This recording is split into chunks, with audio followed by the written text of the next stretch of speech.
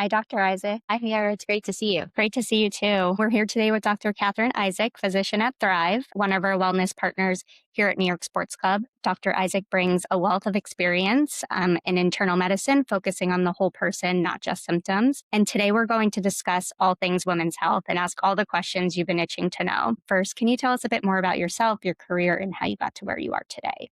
Well, I've been a doctor for quite some time. Actually, the next year will be 20 years since I graduated medical school. I am an internal medicine physician, so I focus on taking care of adults and I'm a generalist. I worked in primary care for a long time. So, seeing patients for everyday coughs and colds, urgent care needs, and then also managing the chronic conditions that many people deal with, whether it's high blood pressure, diabetes, obesity, cancer diagnoses, etc.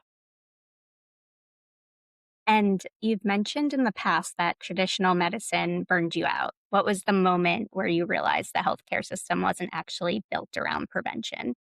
Yeah, I actually loved working as a primary care physician. I feel that primary care is super important. And, it was hard to step away from primary care for me because I feel like it's something that each person deserves to have a good primary care physician. But the way that the system is designed, we're seeing a high volume of patients each day. And at the place where I had worked, many of our patients had a lot of complicated conditions. It's not like you're only seeing healthy people. So we had a short period of time to interact with those folks. And when you're seeing people who have a multitude of conditions, it's very hard to talk about prevention during that time because you're managing actual problems that are currently happening. And so they take priority. So the time that we have to dedicate to talking about healthy lifestyle and exercise and good quality self-care and how to manage stress is really quite limited, and in that moment, not necessarily the priority. So for me, it was challenging to keep that momentum going and knowing that I wasn't really able to impact the preventative side of things for patients. Right. I think we see that a lot. So, what does true preventative healthcare look like to you? Yeah, it's finding and or minimizing the risk of a problem before it arises. And for many of us, and one of the common conditions that we deal with in this country, many of them are preventative, right? Like so high blood pressure, debility, meaning getting weaker over time, diabetes. Certainly, there are genetic components to some of these things, especially if people have strong family history. Sometimes despite your best efforts, you can't ignore these things. But a good portion of what we manage today and what is killing Americans is preventative.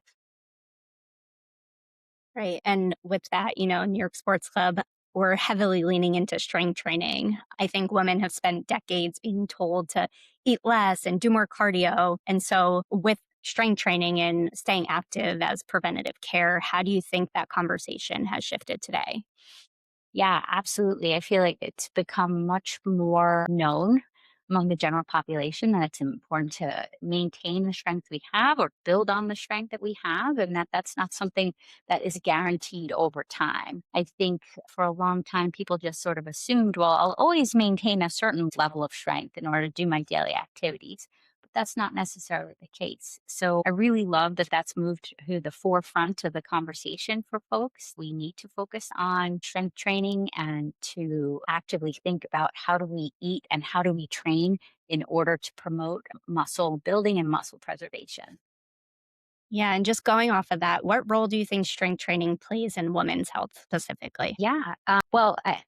It's what we understand is that if a woman is strength training, that actually reduces her mortality risk across the board. So that reduces her risk of death just by strength training. So knowing that, we have to think about what are the important ways that are specific for women to train, right? And then injury prevention is also important. So thinking about a woman's experience over the decades of her life, it's going to be different. And the focus of that strength training is going to be different. So it's valid at every decade, just in slightly different ways. Yep, makes sense. And that's exactly why we have personal trainers, small group training programs that focus on, barbells, lifting weights, and overall strength training. Yeah, that's great. What are some of the biggest wellness misconceptions you feel women are concerned about? Well, social media is always pushing a new fad. And I think also creating an unrealistic picture of what it means to be healthy and well in today's day and age. So I think there's a lot of misconceptions. And I think oftentimes people can get so confused, they don't know exactly where to invest their time and what is the greatest strategy that's going to promote health and wellness for them. And so I always like to say simplicity is important. And if you're just going back to thinking about exercise and strengthening your body and fueling your body with healthy foods, like you're good. You're already starting off strong. Whereas if you're watching social media, they're pushing the newest supplement or what is the newest gadget that a person needs in order to maintain health. And I think that can be quite confusing and overwhelming for people. I agree. What myths do you think you find yourself correcting most often? I would say most often I find people, I like to kind of understand and pare down what they're doing on the daily to take care of themselves. And oftentimes that includes paring down the supplements that they're taking. I think we can invest a lot of money and get little bang for our buck. So, if you're seeing someone and they're taking 10 different supplements, the likelihood is that each one of those may be providing a certain amount of benefit, small. Whereas, if they're not doing the basics of, again, eating healthfully and exercising and, strength training, then how much are they getting out of the supplement? Probably not that much. Right, right. It's not like a magic pill. Right, exactly. And of course, there's certain supplements that I think are important, like fish oil and vitamin D. And if certain people have nutritional deficiencies, then it's important. Are they on their iron? Are they taking their B12? But if we're just talking about the average population without any specific, underlying health condition or need, then yeah, I would say I hear a lot of, overimportance on how much they're getting out of taking supplements. Right. And best to consult their physician for answers to what they should be taking or shouldn't be taking. Going off of that, just hormones in general are suddenly everywhere on social media. What are people getting completely wrong about hormonal health right now? And what advice would you give to them? Yes, I think so. It's sort of not a double edged sword, but there's benefits and there's downsides to it. I love that there's more awareness of hormonal health. I love that there's more of an awareness of menopause and the health impacts of menopause. But I think when you're looking at social media, and I had a patient who fits this perfectly today, there's all these reported benefits of hormone replacement that aren't necessarily realistic or true. So I had patients come to me who were a woman who was midlife, was having her periods, not having any symptoms whatsoever, and wanted to get started on hormone replacement therapy. Was not in perimenopause or menopause. And I was like, this is a classic example of someone who's getting their information from social media and saying like I just need to be on medications just because. So everything in my opinion is thinking about what are the risks and benefits? Are they true benefits or are these hypothetical benefits? What balancing and weighing whether or not that's worth it. Do the benefits of this medication outweigh the potential risks associated? That's something that I see, which I think, again, it's great that people are trying to get educated.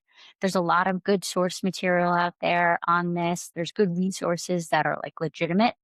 And I would say if you're getting your information from social media, just understand that that's probably going to be skewed and you're probably going to be hearing about how everything is perfect. There's no risk associated. And if you take this, it'll make you feel like a super. So that should be a red flag. That should be a red flag. Big red flag. Okay. That's great to know. So, when should someone actually get their hormones tested and what symptoms genuinely warrant a deeper hormonal evaluation? Okay, so it's a great question. So I think, if we're talking about men versus women, it's different. So for women, it depends on what decade of life you're in. It can kind of get a little confusing when a woman is in her mid 30s because women can potentially start to have perimenopausal symptoms in that decade of life. So I like to tell people just to educate themselves about what could be the start of perimenopausal symptoms and certainly go to see your regular doctor or your provider and talk to them about that. Some symptoms that people can experience, women or menstruating individuals can experience is that their periods start to just be irregular. So they may continue to have them, but they might have changes in their typical cycles. Their cycles can be shorter or longer, and their periods can be heavier or lighter. It's not when a woman is transitioning into the perimenopause phase of life, it's not like, oh, my periods just start getting more separated apart and lighter. No, they can be more frequent and they can be heavier. So those are some of the obvious symptoms.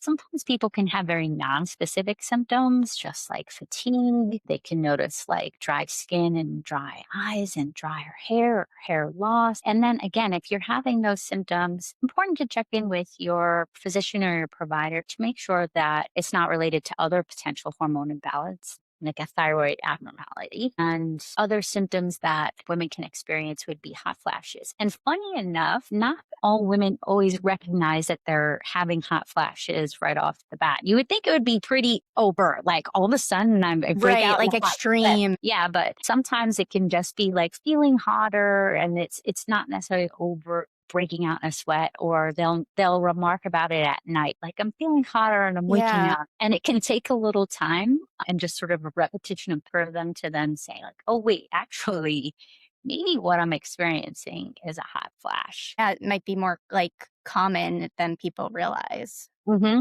And because there's such a wide window for the onset of perimenopausal symptoms, it can be confusing because in the United States, the average age of perimenopause is age 51. Symptoms can start up to 5 years beforehand, but for some women can even go into perimenopause or menopause as early as age 40 or before.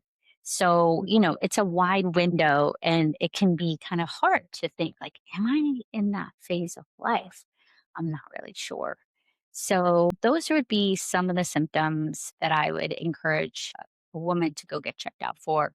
Also, sleep disruption is a common thing. Okay.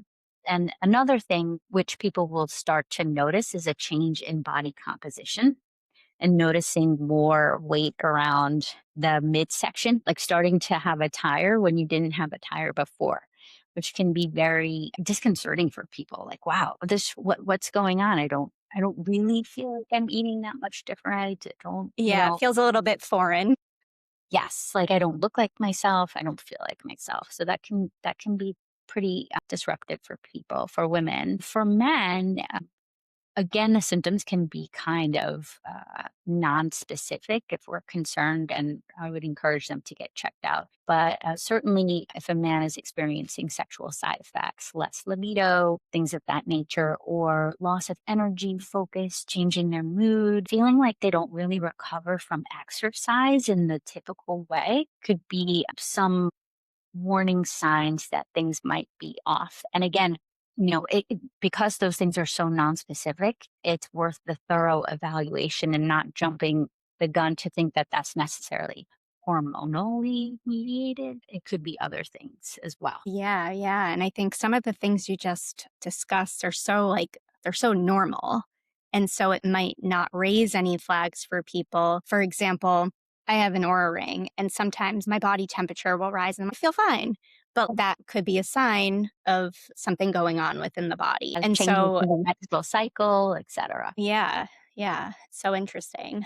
I think going off of that, we just discussed some of those signs, but I think women dismiss as normal that are actually indicators something is off internally. I think a lot of people struggle with this. So, do you think that these women should consult a doctor right away or see if it persists, or how long should they wait until they seek medical attention? It depends on like the severity of a person's symptoms. Like if it's all of a sudden, whatever it is become disruptive. So they're not able to do the things that they're normally able to do. They definitely should get checked out sooner rather than later. And I had someone earlier telling me that their arms felt like really weak after doing their usual yard work. So that to me is like, oh, this is a really different symptom. This is not what, is usual and expected. So something like that, yeah, I always say it's better to get checked out sooner than later. And it might be something simple. It might be something basic. I'm not hydrating as well, or I'm not prioritizing my sleep, or I've been, on my phone surfing at night. So I'm just not, getting this good quality sleep. I think, if you're taking care of the essentials and the basics, again, we're speaking in generalities here, so it's really hard for me to speak to any particular symptom.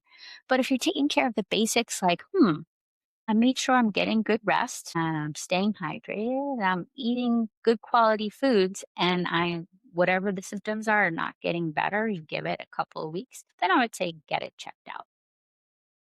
That's great advice. And in your opinion, what do you think the biggest mistake women make when trying to lose weight or get healthy? Yeah, I mean, this is something I think that many of us struggle with. Oftentimes, also when you're listening to the people around you, environment impacts us a lot. So, if you're around people who are trying to eat as minimal as possible and trying to exercise as much as possible, that's not a good environment to be in, because that's something that you think, oh, that's what I need to do as well in order to achieve my health goals. I like the idea of thinking of body composition rather than like what is the actual weight number on the scale and how do I feel in my body. So that's what I would encourage people to be thinking about. How do I feel in my body and what are the priorities? For me, and I imagine for many people, my priorities are feeling like I can be strong and I can do the things that I want to do or need to do over the course of my day. Beyond that,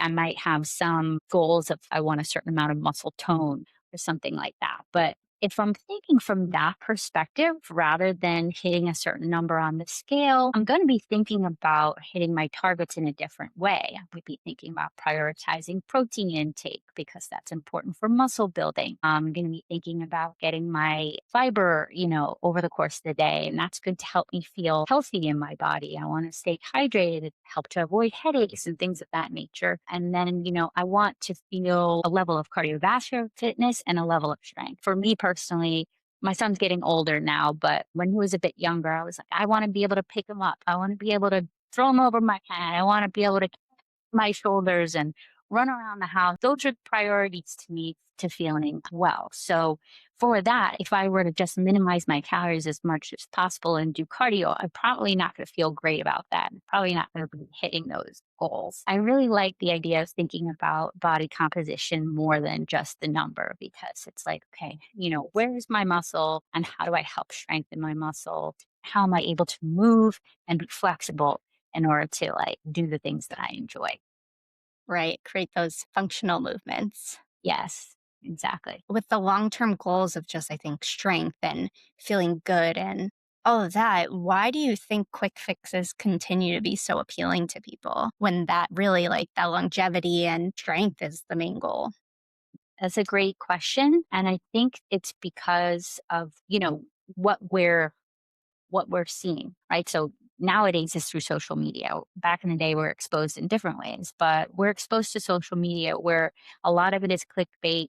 Get somebody to just read my information. How many views do I get? So there's always going to be something that says, do the one thing. And if you do the one thing, there is no one thing. And so if you're seeing that, that should be, again, another red flag right off the bat. Like, oh, We're okay. naming so many red flags here. Do the one thing. I'll send you that one secret or my top 10 list. Right. Yeah, great. And if they're saying something super out there you've never heard before, definitely don't trust it. Yeah, and again, I think it's just about consistency, showing up and putting in that hard work and focusing on strength, longevity. I think that should be a lot of people's goals. Yeah.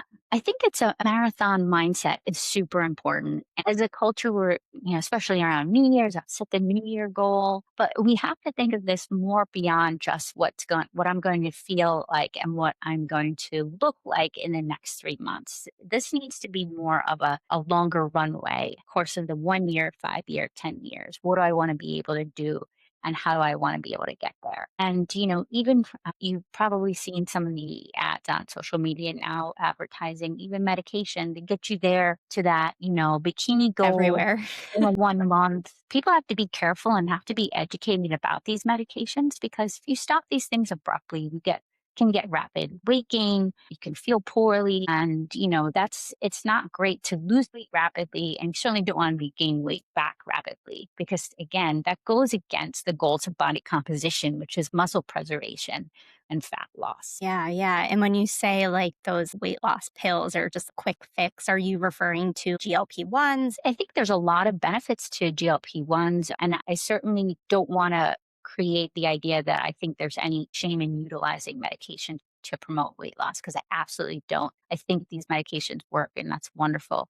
And you just need to use them in the appropriate manner and have reasonable expectations. Like, you're not going to drop 20 pounds in a month. If you do, you're probably not eating sufficient calories for your basal metabolic rate, which is, what your body needs to perform just its essential functions.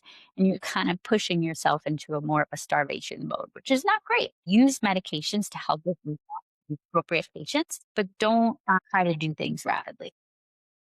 Yeah, I think that's such a great point. And just like the world we live in today is there's so much pressure to be thin and lose the weight all at once. So I'm glad that we touched on that. I think this is probably less relevant for men than for women, but we're seeing stronger women, more muscular women, more fit women, which I think is wonderful. There's certain companies, I couldn't tell you off the top of my head, but certain athletic companies that when you see the people in their ads, they're not super skinny and small. They actually are muscular and fit, which is wonderful. But I do feel like there's been a trend back now, especially among celebrities, movies and whatnot, to be seeing people who are unhealthily thin. That I feel is not great for anybody.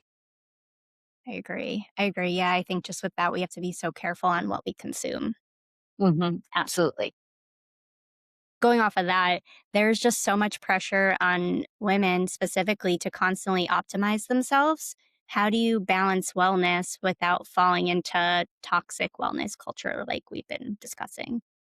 Just thinking about balance and what is it that each person wants to feel in their life, in their day. So, toxic wellness culture tells me I have to buy a lot of things, I have to take supplements, I have to cold plunge sauna, red light therapy, and, all these other things in order to feel good and be at my best and to slow aging as much as possible. At the end of the day, does any of those things necessarily make me feel good, balanced, calm, healthy, satisfied with my life? Probably not. So thinking about like what are the components that nourish me? And it's going to be a bit different for everybody, but what are the components that nourish me physically, mentally, emotionally, and spiritually? And focusing my energy on investing in each of those things is much more likely to get you a sense of wellness than the toxic culture that's out there today.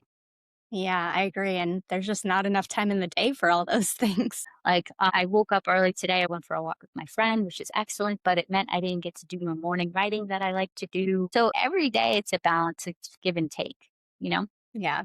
Yeah. So if a woman only focused on three things for long term health and longevity, what would you tell her to prioritize? Absolutely. I would say keep it simple and do the basics of, doing your exercise. So the strength training and cardiovascular exercise in whatever way feels good to you. Maybe that's swimming, maybe that's biking, maybe that's walking, and eating healthfully and trying to prioritize a variety of healthy protein and your fruits and veggies. And then taking care of your mental and emotional health is key. Because if you don't have that, even if you're physically healthy, and you can be a perfect weight and you still don't feel like you're having that life experience of enjoying your day and the people around you. So that is super important as well. Yeah, and it's just the way you say it, it makes it sound so simple. And I think we overcomplicate a lot of things like we were just discussing. There's so many things out there. And it's like what are you choosing to consume? But really what makes you feel good and what makes you feel like the best version of yourself. So I think keeping it simple is definitely the subject for today, the big takeaway. What's one wellness trend you wish women would stop wasting their energy on? And money. One, that's hard. I think, like I said, there's a lot of gadgets out there that I feel like, again, you're getting minimal benefit from, despite it being expensive or necessarily time consuming. This overutilization of supplements, I also think is problematic. What I would say is, let's say you're really curious, or your friend tells you, oh, you have to take whatever it might be. Do it in a somewhat scientific manner. So say, okay, I'm going to start it today. I'm going to take this for 3 months, see how I feel. If I don't notice a benefit, I'm not going to continue it. If you're going to be introducing supplements, or even let's say you want to try red light therapy, or you want to try some other kind of new fad out there, do a trial of it, see how you feel. And if you're not getting any benefit, don't continue it. stop Yeah. because you notice a difference. It's like what I like to say about medications. You know, we have blood pressure medication. When you take it, it works. Here, your blood pressure's here before you get in, and then it comes down. You know it's working. So continue it. And if it's not doing that, discontinue it. So same thing with any of these kind of wellness interventions, fads that people are trying. Like give it a trial. But if you're not noticing that it's helping you or getting you the goal that you want, then don't keep doing it. Yeah, and you mentioned 3 months. Would you say that's kind of the Yeah, I think typical. that's a very reasonable trial, right? Because even if it's in the first couple of weeks, maybe something happens. Maybe you have a life stressor. Maybe you have some, hormonal changes if you're a woman or et cetera. So sometimes it can be hard to know if this is actually what I'm taking or what I'm using or just like something going on in my environment. I feel like 3 months is a trial.